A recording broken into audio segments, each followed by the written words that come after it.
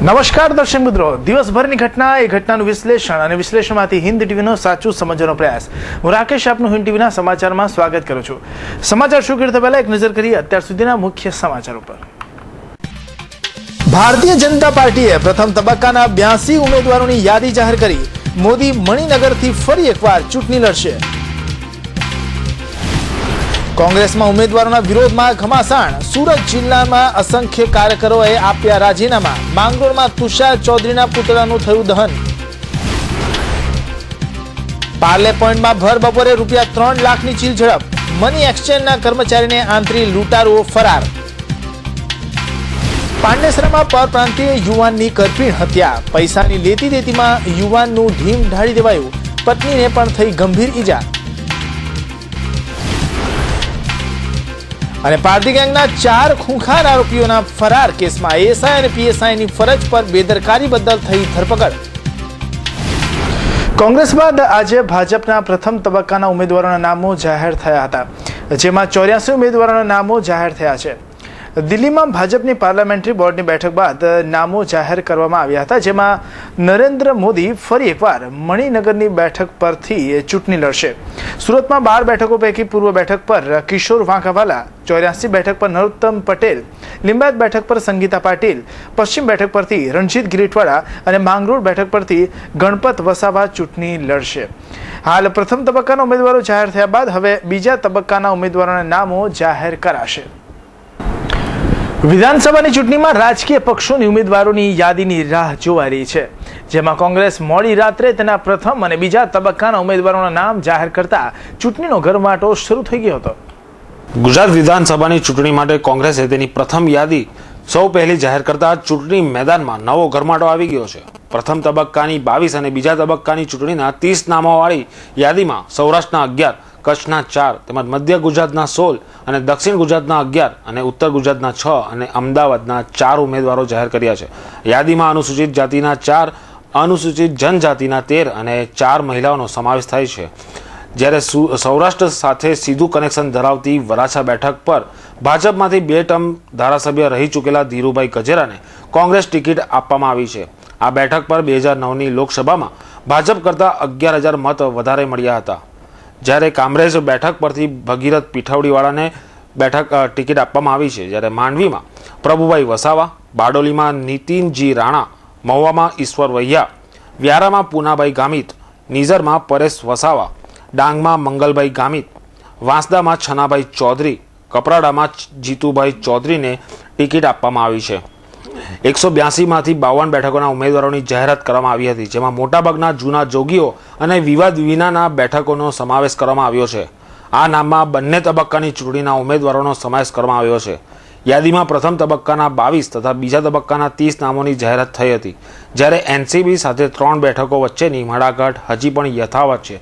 કોંગ્રેસની જાહેરાત બાદ સંભવત આજે ભાજપ પણ તેના ઉમેદવારોની યાદી જાહેર કરી શકે તેવી શક્યતા જોવાઈ રહી છે.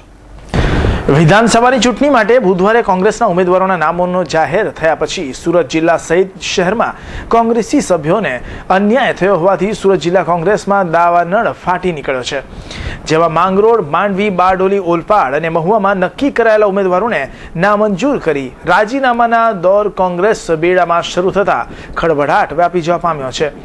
જ્યારે માંગરોળમાં તો શંકરસિંહ વાઘેલા, તુષાર ચૌધરી અને દર્શન નાયકના પુતળાનું દહન કરીને કોંગ્રેસના કાર્યકર્તાઓ તેમજ સભ્યોએ રોષ વ્યક્ત કર્યો હતો. મહાભારતના યુદ્ધ બાદ ભગવાન કૃષ્ણનો વંશવેલો એકબીજા સાથે અંદરોઅંદર જ લડીને નામશેષ થઈ ગયા હતા, અને આવું જ કંઈક હાલમાં સુરત કોંગ્રેસ પરિવારની હાલત થવા જઈ રહી છે. ટિકિટ ફાળવણી બાદ સમગ્ર સુરત જિલ્લાના કોંગ્રેસ કાર્યકરોમાં વ્યાપક અસંતોષ ઉઠવા પામ્યો છે, જેના વિરોધમાં અનેક કાર્યકરો સહિત તાલુકા કોંગ્રેસ પ્રમુખ અને તાલુકા પંચાયત તેમજ જિલ્લા પંચાયતના સભ્યો એક સાથે રાજીનામા આપી દેતા કોંગ્રેસ ભૂકંપ જેવી સ્થિતિનું નિર્માણ થયું છે. અને આ સાથે ભૂકંપનો ધ્રુજારો છેક નવી દિલ્હી હાઈકમાન્ડ સુધી પહોંચ્યો છે. સુરત જિલ્લાના મૂળ કોંગ્રેસી અને વર્ષોથી કોંગ્રેસની સેવા કરનારા કાર્યકરોની અવગણના કરીને પૈસાના જોરે ટિકિટની લાવણી કરવામાં આવી હોવાનો સમગ્ર જિલ્લાના કોંગ્રેસી કાર્યકરો આક્ષેપ કરી રહ્યા છે. બીક ગયા ભાઈ બીક ગયા, તુષાર ચૌધરી બીક ગયા ના નારા સાથે કોંગ્રેસી કાર્યકરોએ પોતાની છાવણીમાં જ બળવો કરી મૂક્યો છે.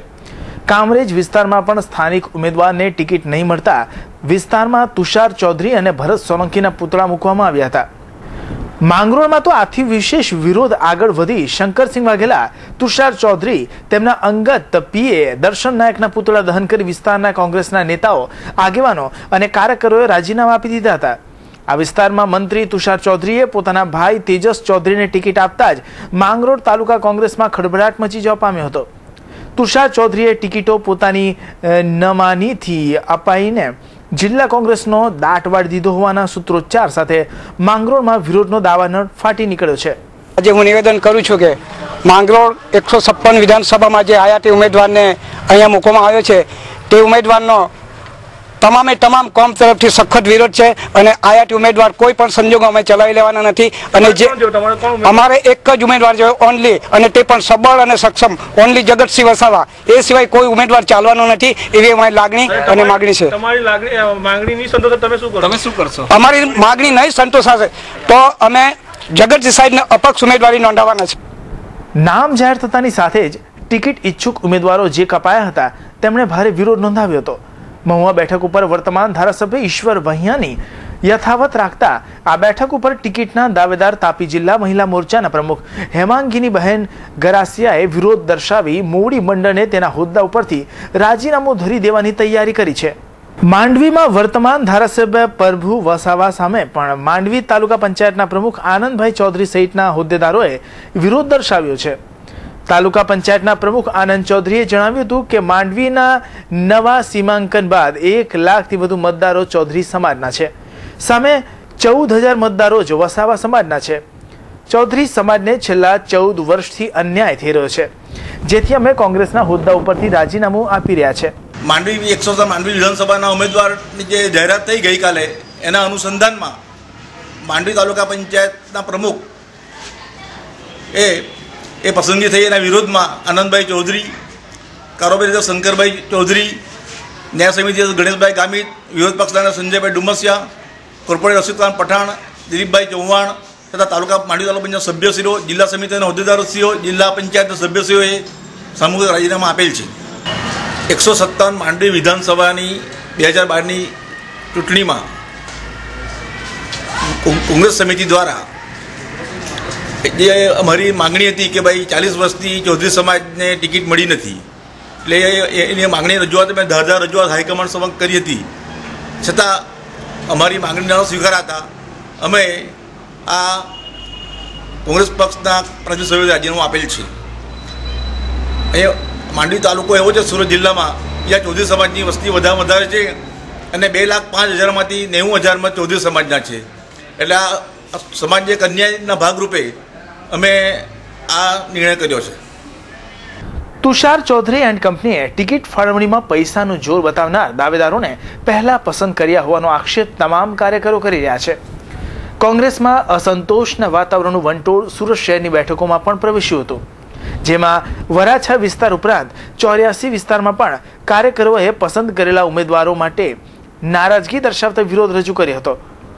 આ સાથે ગરીબોને ઘરનું ઘર આપવા નીકળેલી કોંગ્રેસના ખુદના ઘરમાં જ તુષાર ચૌધરી એન્ડ કંપનીના કારણે આગ લાગી ઉઠી છે, જેના કારણે આગામી દિવસોમાં સુરત જિલ્લાની બેઠકો પર કોંગ્રેસના ભારે નુકસાન જવાની શક્યતાઓ સ્પષ્ટપણે જોવા મળી રહી છે.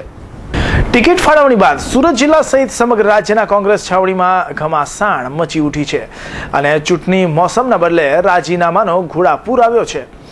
આવી સ્થિતિ ઓલપાડની બેઠક માટે પણ ઊભી થવા પામી છે, જેમાં કાર્યકરોએ કોંગ્રેસ કાર્યાલય પર ખાંબા નાખી હલ્લો મચાવ્યો હતો. કોળી સમાજનો ગઢ ગણાતા ઓલપાડ બેઠક ઉપર મૂળ આરએસએસ અને ભાજપને અલવિદા કહીને કોંગ્રેસમાં હાલમાં જોડાયેલા જયેશ પટેલને કોંગ્રેસ દ્વારા ટિકિટ ફાળવી દીધા વર્ષોથી કામ કરી રહેલા પ્રખર કોંગ્રેસના કાર્યકરોની અવગણના કરવામાં આવી હોવાનો વિરોધ ઉઠવા પામ્યો હતો, જેમાં ઓલપાડના 250 કાર્યકરો આજે કોંગ્રેસ કાર્યાલય પર પહોંચીને તુષાર ચૌધરી વિરુદ્ધ સૂત્રોચ્ચાર કર્યા હતા અને ભાજપના આયાતી ઉમેદવાર જયેશ પટેલને કોઈ રીતે સમર્થન આપવામાં નહીં આવે તેવા સ્પષ્ટ અને ઉગ્ર સંકેતો કાર્યકરોએ આપ્યા હતા. એક સમયે કોંગ્રેસના વિરોધમાં આકરા નિવેદન કરનારા ભાજપના આયાતી જયેશ પટેલને ટિકિટ કોંગ્રેસ કેવી રીતે આપે તેવા અનેક સવાલો ઉભા થયા છે. અમારે 8 મહિના પહેલા આરએસએસ ભાજપને છોડીને કોંગ્રેસમાં આવેલો ખેડૂત સમાજના આંદોલનમાં અમારી રાષ્ટ્રીય અધ્યક્ષ સોનિયા ગાંધીને ગોરાઓની સરકાર છે એવું કહેનારો ટિકિટ લઈને આવ્યો છે। આ મૂળભૂત કોંગ્રેસીઓ છે, અડપટી સમાજના પ્રમુખો છે, તમામ સમાજના આગેવાનો છે, માઇનોરિટી સમાજના આગેવાનો છે। 92ના કોમિડાસમાં માઇનોરિટીની ઉપર હુમલા કરાવવાવાળાને ટિકિટ આપી દીધી। 2 દિવસ પહેલા કોંગ્રેસ ઓફિસમાં જયેશ પટેલ આવ્યા, અમારા રાષ્ટ્રીય નેતા માનનીય અહેમદ પટેલ ગુજરાતના પનોતા પુત્રનો ફોટો બહાર ફેંકી દેવ એવું કેનારાને આ ટિકિટ આપે છે એ અમારા સહન નથી થતી। જેને ટિકિટ આપી હોય કોંગ્રેસ હાઈકમાન્ડે પણ મૂળ કોંગ્રેસીને ટિકિટ આપો। આથી RSS ને ભાજપની આઈટમ કોંગ્રેસમાં કદી નહીં ચાલે, નહીં તો 195 ઓલપાડમાં એ રિટર્ન ટિકિટ હશે। આ સાથે ઓલપાડના કાર્યકરોએ મીડિયા સમક્ષ આ બેઠકનો વેપાર થઈ ગયો હોવાની પણ માહિતી આપી હતી, જેમાં તુષાર ચૌધરીના અંગત પીએ દર્શન નાયકે પોતાના અંગત સ્વાર્થ ખાતર ટિકિટ જયેશ પટેલને વેચી નાખી હોવાનો સીધો આક્ષેપ કર્યો હતો। પોતાના અહમ સંતોષવા આંતર દર્શન નાયકે કોંગ્રેસની ઘોર ખોદી નાખી હોવાના આક્ષેપો કાર્યકરોએ કર્યા હતા। અને આ સાથે તુષાર ચૌધરીના અંગત પીએ એવા દર્શન નાયક અને ખુદ મંત્રી તુષાર ચૌધરીએ ટિકિટો, સેવા અને કાર્યરત કોંગ્રેસીઓના બદલે પૈસાના બદલામાં ટિકિટો વહેંચી હોવાના ગંભીર આક્ષેપો કરવામાં આવી રહ્યા છે। તો સાંભળો કાર્યકરોમાં ઉકળતા ચરુનો દાવાનળ। આની અંદર સ્થાપિત હિતોએ મ્યુચ્યુઅલ અન્ડરસ્ટેન્ડિંગ કર્યો, એની અંદર ડીલિંગો થયા અને હાઈકમાન્ડને ઇગ્નોર કરીને અમુક એક વ્યક્તિગત અહમ પોષવા માટે આ ટિકિટ આપવામાં આવી છે। કોને વ્યક્તિગત સ્વાર્થ માટે આ ટિકિટ આપેલી? અમારે ત્યાં છે સ્થાનિક 2-4 આપે, કોણ નામ એ દર્શન છે। અમારે ત્યાં છે સ્થાનિક 2-4 આપે, કોણ નામ એ દર્શન છે। અમારે ત્યાં છે સ્થાનિક 2-4 આપે, કોણ નામ એ દર્શન છે। તુષારભાઈનો પીએ કેવડાવે છે, અમે તો નથી જાણતા કે એ પીએ હશે કે કેમ। એને પર્સનલ ઈગો હમ સંતોષવા માટે આખા સુરત જિલ્લા કોંગ્રેસની પથારી ફેરવી નાખી એમણે। આજે આખો સુરત જિલ્લો સળગી રહ્યો છે મૂળ કોંગ્રેસીઓથી। દર્શન નાયક ભલે પીએ હોય કે ન હોય, પરંતુ તુષાર ચૌધરી માત્ર ને માત્ર તેના ઈશારે કામ કરી રહ્યા છે। કાર્યકરોના કહેવા પ્રમાણે તુષાર ચૌધરીનું તમામ સેટિંગ દર્શન નાયકના હાથે થાય છે અને આ જ સેટિંગના જોરે ઓલપાડ સહિત અન્ય બેઠકોની પણ વહેંચણી કરવામાં આવી છે। એ તો હવે સમય આવશે, એની ટિકિટ કાપો, સમય આપશે એ જયેશ પટેલ મીડિયા અમે તમને આવેદન આપશે કે મેં આટલું ડીલિંગ કર્યું હતું। અમારે એનાથી બીજું વિશેષ કંઈ નથી કરવું। અમારી લાગણી અને માંગણી શિસ્તબદ્ધ રીતે કોંગ્રેસ હાઈકમાન્ડને પહોંચાડી દીધી છે। એમણે નિર્ણય લેવાનો છે, આ RSSના કાર્યકરને હટાવવાનો છે, બસ। આજે કેટલા લોકોએ રાજીનામા આપ્યા? ઘણા લોકોએ આજે અમે 200 થી 250 આગેવાનોએ રાજીનામે આપ્યા। એમાં અડપટી સમાજ છે, માઇનોરિટી સમાજ છે, અત્યારના રનિંગ હોદ્દાવાળા છે, આ તેજરર છે, કોળી સમાજના આગેવાનો છે, એ તમામ લોકોએ સાગમતે રાજીનામા આપી દીધા છે। અને આ તરફ હાઈકમાન્ડને ગેરમાર્ગે દોરી કોંગ્રેસને હરાવી પોતાના ગજવા ભરવામાં આવી રહ્યા હોવાની વાત પ્રસરી ગઈ છે। જોવાનું એ છે કે આ સમગ્ર દાવાનળના છાંટામાં તુષાર ચૌધરી અને તેમના પીએ દર્શન નાયકના હાથ કેટલા દાજે છે। ગુજરાત વિધાનસભાની ચૂંટણીમાં બુધવારની મોડી રાતે પ્રદેશ કોંગ્રેસ સમિતિએ પ્રથમ અને બીજા તબક્કાની ચૂંટણીમાં ઉમેદવારોની યાદી જાહેર કરતા, જેમાં સુરત જિલ્લાની પણ બેઠકો પર નામો જાહેર કરાતા ઉમેદવારો સામે કાર્યકરોમાં રોષ ફાટી નીકળ્યો હતો। તમામ બેઠકો પર વિરોધનો વાવડ જોતા સુરત જિલ્લા કોંગ્રેસમાં બળવાના ધાણ વર્તાઈ રહ્યા છે। સામાન્ય રીતે ચૂંટણી આવે અને રાજકીય પક્ષોમાં કોંગ્રેસમાં વિવાદ ન આવે એ વાત મનાય જ ન શકે। આવનારા દિવસોમાં ગુજરાત વિધાનસભાની ચૂંટણી યોજાનાર છે, ત્યારે કોંગ્રેસ પક્ષે વિવિધ બેઠકોની સાથે સુરત જિલ્લાની પણ બારડોલી, મહુવા, માંડવી સહિતના બેઠકો પર ઉમેદવારોના નામ સત્તાવાર જાહેર કરતા જ કોંગી કાર્યકરોમાં કચવાટ શરૂ થઈ ગયો હતો, જેમાં મહત્વની ગણાય તેવી અને કોંગ્રેસનું હોમ ગ્રાઉન્ડ ગણાતી બારડોલી બેઠક પર નીતિન રાણા નામના ઉમેદવાર પર મહોર મારતા તાલુકાના કાર્યકરોમાં રોષ ફાટી નીકળ્યો હતો। અને આજે પલસાણા સાથે તમામ કાર્યકર આગેવાનોએ ભેગા મળી આ ઉમેદવારનું નામ પરત લેવાની માંગ સાથે જો તેમ ન થાય તો આવનારી ચૂંટણીમાં અને પક્ષમાંથી કાયમને માટે અલવિદા કહી રાજીનામા ધરવા સુધીની ચીમકી આપી છે। બારડોલી વિધાનસભાના ઉમેદવાર તરીકે સ્થાનિક ઉમેદવારોની અમે તમામ અમારા મોવડીઓ, હોદ્દેદારો, સંસદ સભ્ય સમક્ષ પણ આ રજૂઆતો કરેલી કે અમારા સ્થાનિક ઉમેદવારો જે છે એ સ્થાનિક ઉમેદવારોને ઉમેદવારી મળવી જોઈએ, બરાબર। છતાં કોંગ્રેસની એક નીતિ કાયમ રહી છે કે કોંગ્રેસે જે ચાલુ ધારાસભ્ય હોય, સિટિંગ મેમ્બર હોય, સિટિંગ મેમ્બરોની હરેક જગ્યાના ઉપર હરેક વખત એની નિમણૂક કરવામાં આવે છે અને એનાથી હોદ્દેદારો, કાર્યકરોના મનદુખ ઘણા થાય છે અને કોંગ્રેસ જે હારવાના સાચા જે કારણો છે આ જ કારણો સમક્ષ આવે છે. જ્યાં ઉમેદવારી એ નહીં કરવી જોઈએ જગ્યાએ ઉમેદવારી કરે છે. એટલે બારડોલી વિધાનસભાના ઉમેદવાર તરીકે અમે જે વ્યક્તિને આજે ટિકિટ જ્યારે બારડોલી બેઠક પર સંભવિત ઉમેદવારોની પસંદગી કરાઈ અને તે વખતે પક્ષના કાર્યકરોએ પક્ષ માટે કામ કરતા આવેલા અને સ્થાનિક ઉમેદવારોને જ ટિકિટ આપવાની વાત મોવડી મંડળ સમક્ષ કરી હતી. છતાં પણ બારડોલી બેઠક પર જાહેર થયેલા ઉમેદવારને પોતે કાર્યકરોએ આયાતી ગણાવીને મોટે ભાગના કાર્યકરો ઓળખાતા પણ ન હોવાથી આવા ઉમેદવારો માટે કાર્યકરો કામ કઈ રીતે કરે એ દ્વિધામાં મુકાઈ ગયા છે. અને આજે કાર્યકરોએ પલસાણા ખાતે ભેગા મળીને બારડોલી બેઠક પર જાહેર થયેલ ઉમેદવારનું નામ પરત ખેંચવા માંગ કરી હતી. સાથે સાથે સ્થાનિકને જ ટિકિટ આપવામાં આવે તેવી માંગ કરી રહ્યા છે. પક્ષને વફાદાર છું. જે સમયથી મને સમજ પડતી કે પક્ષ શું છે ત્યારથી સમયથી મને કોંગ્રેસ પક્ષ પર લાગણી છે અને આજની એક લાગણી છે. જે અમારા હાલની અંદર જે મોવડી મંદિરે જે આપણે 169 ધારાસભ્યના ઇલેક્શનની અંદર જે ટિકિટ આપવામાં આવી છે એ ખરેખર નીતિનભાઈ રાણાને એ ખરેખર કોંગ્રેસ પક્ષને અને અમારા જે કોંગ્રેસનું જૂથ છે એ ખરેખર ઘણા માણસો ઓળખી નહીં શકતા. ને નીતિન રાણા કોણ છે શું છે અમને કશું ખબર નથી.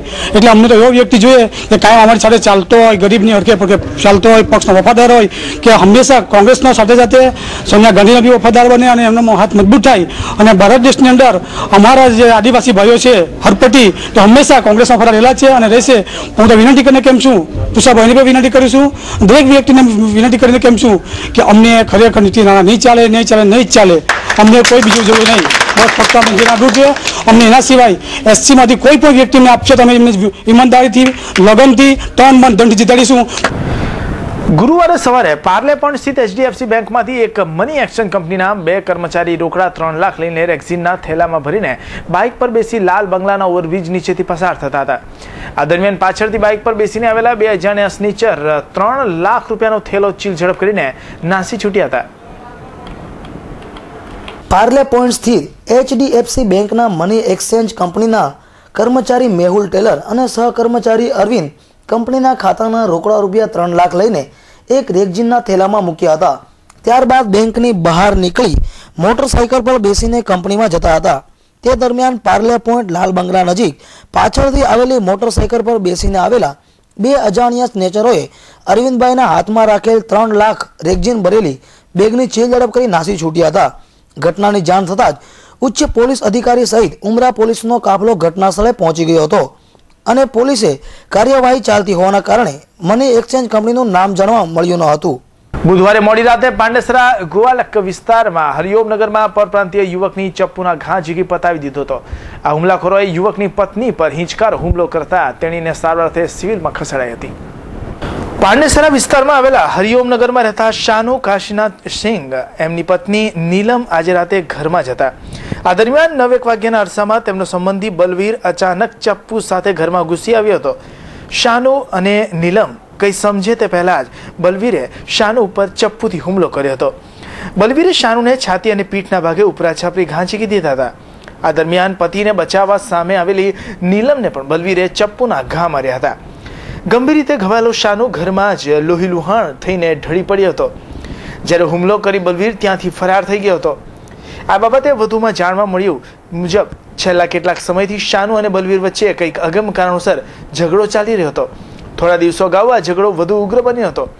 તેની અદાવતમાં આજે રાતે બલવીરે શાનુ અને તેની પત્ની નીલમ ઉપર હુમલો કર્યો હતો. ગંભીર રીતે ઘવાયેલા દંપતીને 108 એમ્બ્યુલન્સ મારફતે નવી સિવિલ હોસ્પિટલમાં ખસેડવામાં આવ્યા હતા. હોસ્પિટલમાં સારવાર દરમિયાન ફરજ પરના તબીબે શાનુસિંહને મૃત જાહેર કર્યો હતો, જ્યારે પત્નીની હાલત ગંભીર હોવાનું જાણવા મળ્યું હતું. આ હત્યા અંગે પાંડેસરા પોલીસે ગુનો નોંધી આગળની તપાસ હાથ ધરી હતી. બુધવારે ભર બપોરના સમયે લાજપોર જેલના કેદી પાર્ટીના પોલીસના હાથમાંથી પારધી ગેંગના 4 ખૂંખાર આરોપી ફરાર થઈ ગયા હતા. આ બનાવને પગલે શહેર પોલીસ તંત્ર દોડતું થઈ ગયું હતું. આ સમગ્ર ઘટનામાં આખરે સચિન પોલીસે કેદી પાર્ટીના પોલીસ સામે ફરજમાં બેદરકારીનો ગુનો નોંધી પીએસઆઈ અને એએસઆઈની ધરપકડ કરતા પોલીસ બેડામાં ખળભળાટ મચી જવા પામ્યો છે. સચિન પોલીસ મથકેથી મળતી માહિતી અનુસાર ગઈકાલે બપોરના સમય દરમિયાન કેદી પાર્ટીના એએસઆઈ ઈશ્વરભાઈ નારાયણભાઈ પારકી ગેંગના હત્યા અને 27 જેટલા લૂંટના ગુનામાં ઝડપાયેલા નેરુમિયા પવાર, પ્રભુ દેવકા ભોસલે, શિવાનંદ ઉર્ફે દગડુ ટોરચન કાળે, રાજેશ ઉર્ફે જેકેટ દીપકભાઈને કોર્ટમાંથી કોર્ટ કાર્યવાહી પૂરી થયા બાદ રિક્ષામાં બેસાડીને લાજપોર જેલ ખાતે લઈ જઈ રહ્યા હતા. તે દરમિયાન વાંજ 3 રસ્તા પાસે ચા પીવાના બહાને ભાગી ગયા હતા. બનાવને પગલે હેડક્વાર્ટર્સના RSI HP Bhatt Sachin police મથકમાં ફરિયાદ નોંધાવી હતી. ફરિયાદમાં જણાવ્યું હતું કે ગઈકાલે કુલ 25 જપ્તાના કેદી પાર્ટી હતી, પરંતુ માણસો પૂરેપૂરા ન થવાથી 13 જપ્તાના કેદી પાર્ટીઓને કોર્ટમાંથી બીજો ઠરાવ મંગાવવા બાબતે લિખિતમાં જાણ કરી હતી. ચોથા additional session court PSI DR મુલતાનીના જપ્તો કેન્સલ થયો હોવાની એક લિસ્ટ નહીં લીધી હોવાની ફરજમાં બેદરકારી દર્શાવી હતી, જેને કારણે એએસઆઈ ઈશ્વરભાઈ નારાયણભાઈને જપ્તાની જે લિસ્ટ મળતી હતી તેમાં આ ચારેય પાકા કામના કેદીઓના નામ નહીં હોવા છતાં તેમજ ફરજ પરના જેલ સત્તાવાળાઓએ કોઈપણ પ્રકારના પુરાવા વગર એએસઆઈ ઈશ્વરભાઈ નારાયણભાઈને સોંપ્યા હોવાને કારણે સચિન પોલીસની તપાસ દરમિયાન ફરજ પરના જેલ સત્તાવાળાના નામ બહાર આવશે તેના વિરુદ્ધ પણ બેદરકારી દાખવી ગુનો કરવાના મદદગારી હોવાનો પણ ગુનો નોંધવામાં આવ્યો હતો. વધુમાં પોલીસ સૂત્રો પાસેથી મળતી માહિતી અનુસાર એએસઆઈ ઈશ્વરભાઈ નારાયણભાઈ અને પીએસઆઈને સસ્પેન્ડ કરાયા હોવાનું જાણવા મળ્યું છે. જોકે બનાવને પગલે સચિન પોલીસ મથકના પોલીસ ઇન્સ્પેક્ટર વાડેરે વધુ તપાસ શરૂ કરી છે. પુણાની સનરાઈઝ ટાઉનશીપમાં તસ્કરોએ કાપડના વેપારીના બંધ મકાનને નિશાન બનાવ્યું હતું. દિવાળી વેકેશનમાં વતન ગયેલા પુરોહિત પરિવારના બંધ મકાનમાં ઘૂસેલા ચોરો ઘરના દરવાજાનું તાળું તોડી અંદર પ્રવેશ્યા હતા. તિજોરીમાં મૂકેલા સોના ચાંદીના દાગીના તેમજ રોકડ રકમ મળી કુલ 5 લાખની ચોરી કરીને ભાગી છૂટ્યા હતા. પોલીસ સ્ટેશનમાં ફરિયાદ બાદ પોલીસે ચોર ઇસમોની તપાસ હાથ ધરી છે. રાજસ્થાનના પાલી જિલ્લાના નેત્રા ગામના વતની અને સુરતમાં પર્વત પાટિયા સ્થિત સનરાઈઝ ટાઉનશીપના ઘર નંબર 42માં રહેતા કિશોરભાઈ હરિમલજી પુરોહિત રિંગ રોડ ટેક્સટાઇલ ટાવર માર્કેટમાં શુભલક્ષ્મી પ્રિન્ટના નામે કાપડની દુકાન ધરાવે છે. દિવાળીની રજા હોય 14મીના રોજ નવા વર્ષે સવારે કિશોરભાઈ પરિવાર સાથે વતન રાજસ્થાન ગયા હતા. કિશોરભાઈ મંગળવારે મધરાત બાદ સુરત પાછા ફર્યા. જોકે તેમનું ઘરનું તાળું તૂટેલું મળતા ચોરી થયાની જાણ થઈ હતી. તેમની ગેરહાજરીમાં ત્રાટકેલા તસ્કરોએ દાદરની ગ્રીલનું તાળું કાપી તોડી બાદમાં મુખ્ય દરવાજાનું ઇન્ટરલોક તોડ્યું હતું અને બાદમાં કબાટમાંથી રૂપિયા 3.20 લાખની મત્તાના સોનાના દાગીના અને રોકડા રૂપિયા 50,000 મળી કુલ રૂપિયા 3.70 લાખની મત્તાની ચોરી કરી હતી. બનાવ અંગેની કિશોરભાઈ પુણા પોલીસ મથકમાં ફરિયાદ નોંધાવતા પોલીસ દોડતી થઈ ગઈ હતી. અને ઉલ્લેખનીય એ છે કે વરાછા કાપોદ્રા પુણા વિસ્તારમાં હાલ ઘણા પરિવારો દિવાળીની રજામાં વતન ગયા હોવાથી તેમના ઘર બંધ છે.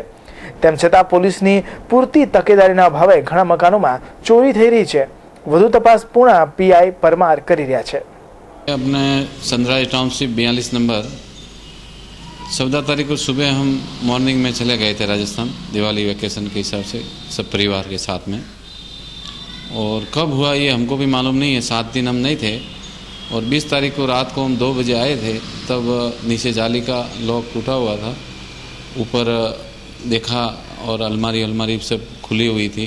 लॉक दरवाज़ा का कमरे का टूटा हुआ था और अंदर से बिखरे हुए पूरे रूम के अंदर और सामान सब बिखरा हुआ था. अंदर से दागीने गहने लिखे गए.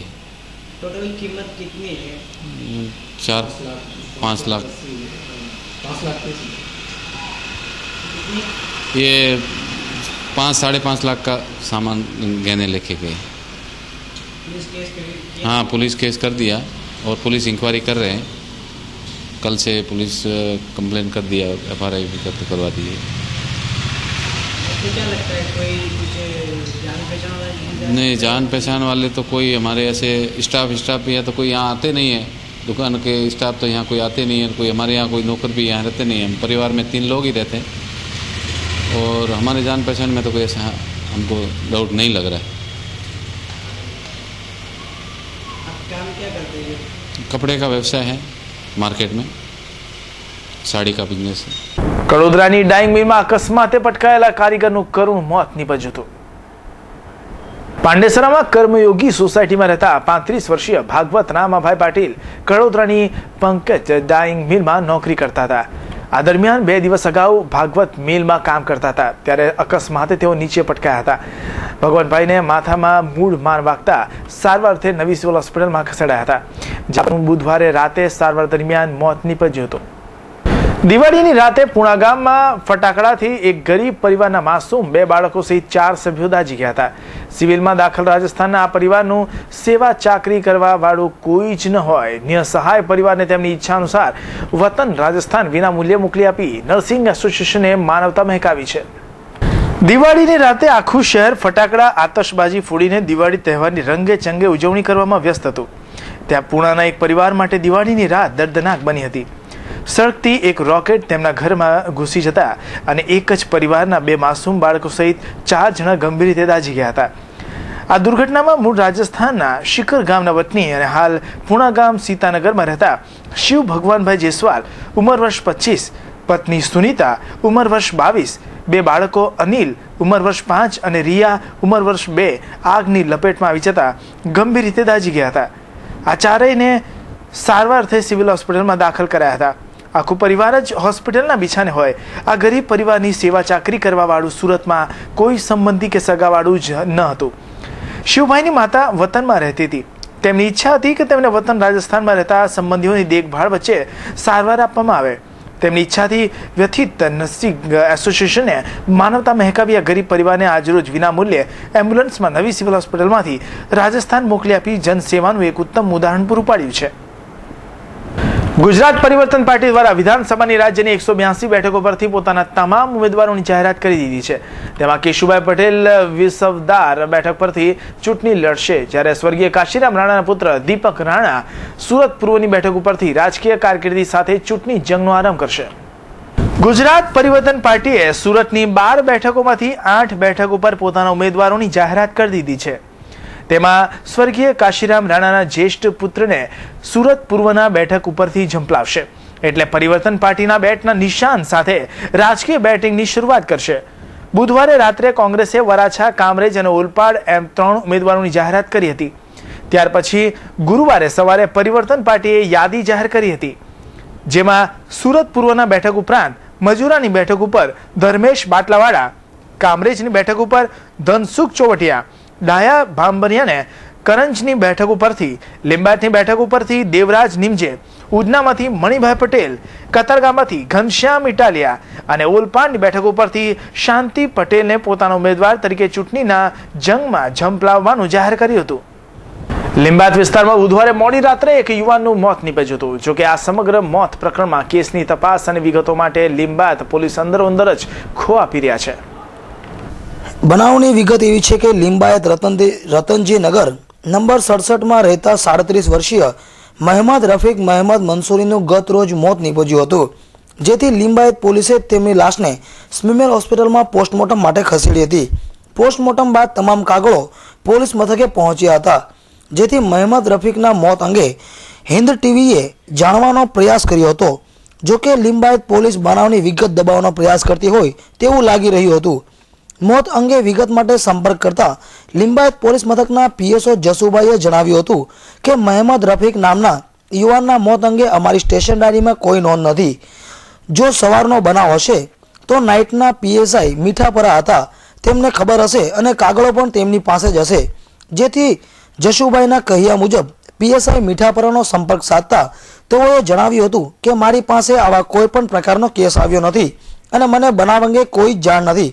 જેથી ફરીથી પીએસઓ જસુભાઈનો સંપર્ક કરાતા તેઓએ જણાવ્યું હતું કે હું તપાસ કરાવી લઉં છું.